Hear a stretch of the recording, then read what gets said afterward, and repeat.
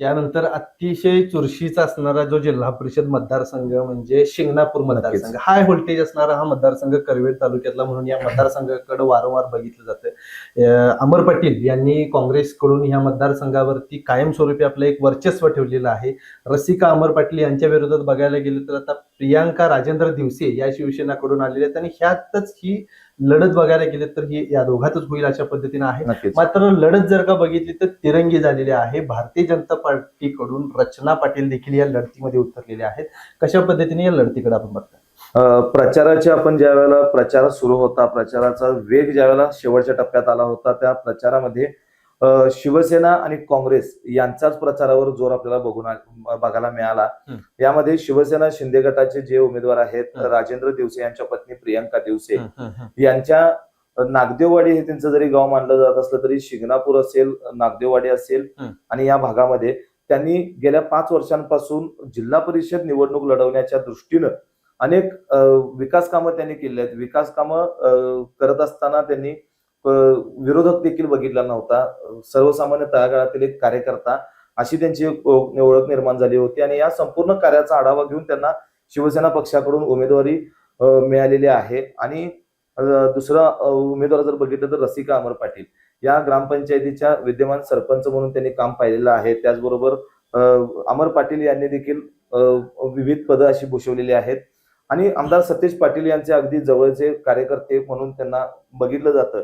अमर पाटील यांनी ग्रामपंचायतीवर ज्या वेळेला सत्ता होती त्या कार्यकाळामध्ये शिंगणापूर गावाचा अनेक कामं जी आहेत ती मार्गी लावण्याचं काम त्यांनी केलेलं आहे आणि त्याच विकास कामांच्या जोरावर त्यांनी आपल्या पत्नी रसिका अमर पाटील यांना या निवडणुकीच्या रिंगणात उतरवलेला आहे. एकूण जर बघायला गेलं तर महायुतीचं ज्या काही वारं जे होतं त्या वाऱ्याचा परिणाम कुठेतरी या मतदारसंघावर होईल. मात्र रचना पाटील ज्या भाजपकडून, कारण मगाशी ज्याप्रमाणे सांगितलं की चंद्रजित नरके यांनी स्वबळावर या ठिकाणी आपले उमेदवार उभे केलेले आहेत, भाजपकडून या ठिकाणी जर दुसरा उमेदवार आला, ह्या मतदारसंघात तसं बघितलं तर भारतीय जनता पार्टीला राष्ट्रवादी काँग्रेस पार्टीची देखील युती आहे. त्यामुळे त्याचा देखील खूप मोठ्या प्रमाणामध्ये इथं फरक पडू शकतो. मात्र आपण जे वातावरण पूर्ण ह्या मतदारसंघाचं बघितलं ते कुठं ना कुठं तरी हिंदुत्ववादी मतदारसंघाकडे याची वाटचाल दिसत आहे. प्रियांका राजेंद्र दिवसे यांनी जी शेवटच्या टप्प्यामध्ये एक रॅली जी काढली तिथून कुठं ना कुठं तरी एक वातावरण फिरायला सुरुवात झालं. हे वातावरण कुठं ना कुठं तरी शिवसेनेच्या दिशेनं जाताना बघायला मिळालं. काय वाटतं? या मतदारसंघात बघायला गेलं तर कोपारडे असतील, वाकरे असेल, या गावांच्या मध्ये कुठेतरी ज्या आसपासच्या जे काही गावं आहेत किंवा बालिंगा असेल, कोगे या नागदेववाडीचा परिसर असेल, नागदेववाडी परिसरापासून पुढे वाकरे कोपारडे पर्यंत आमदार चंद्रजित नरके यांचं एक प्राबल्य आता या विधानसभा निवडणुकीनंतर एक चांगलंच वाढलेलं आहे. कारण प्रत्येक त्या निवडणुकीच्या तोंडावरच आमदार चंद्रजित नरके यांच्या गटाकडे येणारा जो काही ओघ होता, प्रवेश करण्याचा ओघ होता, तो चांगलाच वाढलेला आहे आणि त्याचा फायदा आता आपसुकच राजेंद्र दिवसे यांना होईल. आणि राजेंद्र दिवसेंच्या बाबतीत बोलायला गेलं तर राजेंद्र दिवसे एक त्या परिसरामध्ये लहानांपासून मोठ्यांपर्यंत राजूदा म्हणून ते प्रसिद्ध आहेत त्या ठिकाणी आणि त्यांनी देखील व्यक्तिगत लोकांना त्यांची कामं करणं आणि ह्या तळागाळामध्ये जाणं आणि सामाजिक उपक्रमाच्या माध्यमातून त्यांनी एक मोठा जनसंपर्क निर्माण केला आहे. एक सामान्य कार्यकर्ता म्हणून त्यांची ओळख आहे. हाय व्होल्टेज असा मतदारसंघ म्हणजे पाडळी खुर्द मतदारसंघ इतकी कधी लढतीनं चुरशीनं कधी झाला नाही. मात्र आता बघायला गेलं तर तो कुठं ना कुठंतरी एक चर्चा घडवून आणणारा मतदारसंघ होता.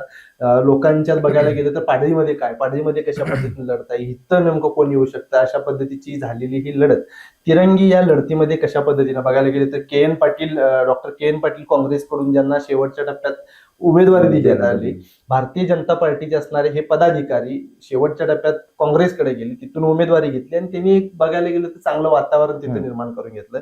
सचिन विश्वास पाटील खूप चांगला पहिल्यापासून विश्वास पाटील आबाजी यांचा गट आहे. आमदार चंद्रजित नरके यांची त्यांना साथ आहे आणि ते एकत्र आल्यानंतर म्हणजे त्यांच्या जे काही प्रवेशानंतर बदललेलं जे एक वातावरण आहे त्याच्या देखील कुठं ना कुठेतरी खूप चांगला इम्पॅक्ट होणार आहे.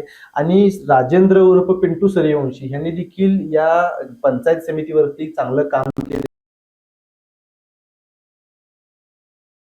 आहे.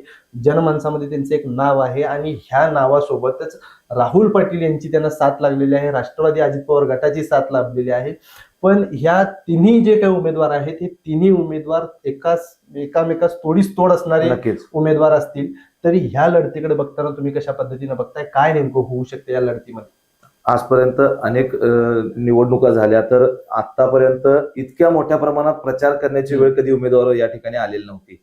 आता बघायला गेलं तर या ठिकाणी चुरस जी आहे, या तिन्हीकडे आपल्याला चुरस बघायला मिळते आणि या चुरशीमध्ये अद्याप हे काही सांगता येत नाही. कारण ज्या वेळेला आम्ही प्रचार दौरे बघितले, सभा बघितल्या, तर प्रत्येक उमेदवार मोठ्या ताकदीने प्रचार सभा घेत होता, प्रचार रॅली काढत होता. त्यामुळं आता ज्या काही मतमोजणी आता सुरू झालेली आहे, थोड्याच वेळात सुरू होईल आणि या घडामोडीनंतर काय जनतेचा कौल आहे पाडळी खुर्द जिल्हा परिषदेतील ते आपल्याला पाहायला नक्कीच आवडेल. नाही, खरं बघायला गेलं तर काही लढती या अशा पद्धतीच्या आहेत की ह्या आपल्या थोड्या वेळात त्याचा निकाल स्पष्ट होईल. त्यापैकी ही एक लढत असणार म्हणजे पाडळी खुर्द.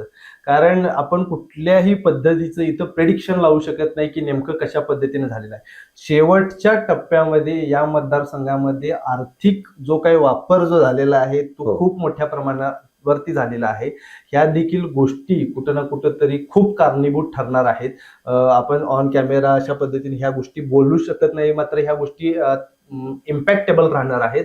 ह्या मतदारसंघाविषयीचा कुठल्याही पद्धतीचे हे नाही. निकालाचे अपडेट KK न्यूज चॅनलच्या माध्यमातून आम्ही आपल्यापर्यंत देत आहोत. सध्या बघायला गेलं तर 9:30 ते 10 वाजता पहिला जो काही निकाल आपल्या हाती आहे तो 10 वाजता 10 वाजता प्रत्यक्ष मतदानाला सुरुवात होणार. सुरुवातीला टपाली आणि ईव्हीएम मशीनवरील मतदान जे आहे ते मतमोजणी एकत्रच सुरू केली जाणार आहे आणि त्यानंतर हळूहळू दुपारपर्यंत जवळपास साधारणतः 2 ते 3 वाजेपर्यंत पूर्ण मतदारसंघाचे जे काही निकाल आहेत ते टप्प्याटप्प्यानं आपण KK न्यूज चॅनलच्या माध्यमातून त्याच्या ज्या काही आपल्याकडे लाईव्ह अपडेट आहेत त्या देणार आहोत. आपले सर्व प्रतिनिधी प्रत्येक बूथवरती काम करत आहेत, प्रत्येक मतमोजणी केंद्रावरती आता काम करत आहेत, तिथले अपडेट घेत आहेत, ते आपल्यापर्यंत पोहोचवत आहेत.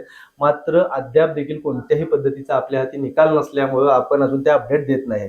साधारणतः 10 नंतर त्याचे अपडेट आपण देऊच, पण तुर्तास तरी करवीर जिल्हा परिषद मतदारसंघाचा जो काही अपडेट होता तो आपण KK न्यूज चॅनलच्या माध्यमातून घेतलेला आहे. यानंतर बघायला गेलं तर आपण राधानगरीचे जे काही अपडेट आहेत या मतदार नवीन Suzuki E-Access electric scooter silent, smooth आणि स्टायलिश, आरामदायक सीट, डिजिटल फीचर्स आणि रोजच्या वापरासाठी परफेक्ट कम्फर्ट, एक चार्ज आणि शहरभर निश्चिंत राईड, कमी खर्च, शून्य प्रदूषण. आजच मोहिते सुझुकी कावळा नाका, मोहिते सुझुकी उद्यमनगर आणि मोहिते सुझुकी साने गुरुजी शोरूमला भेट द्या.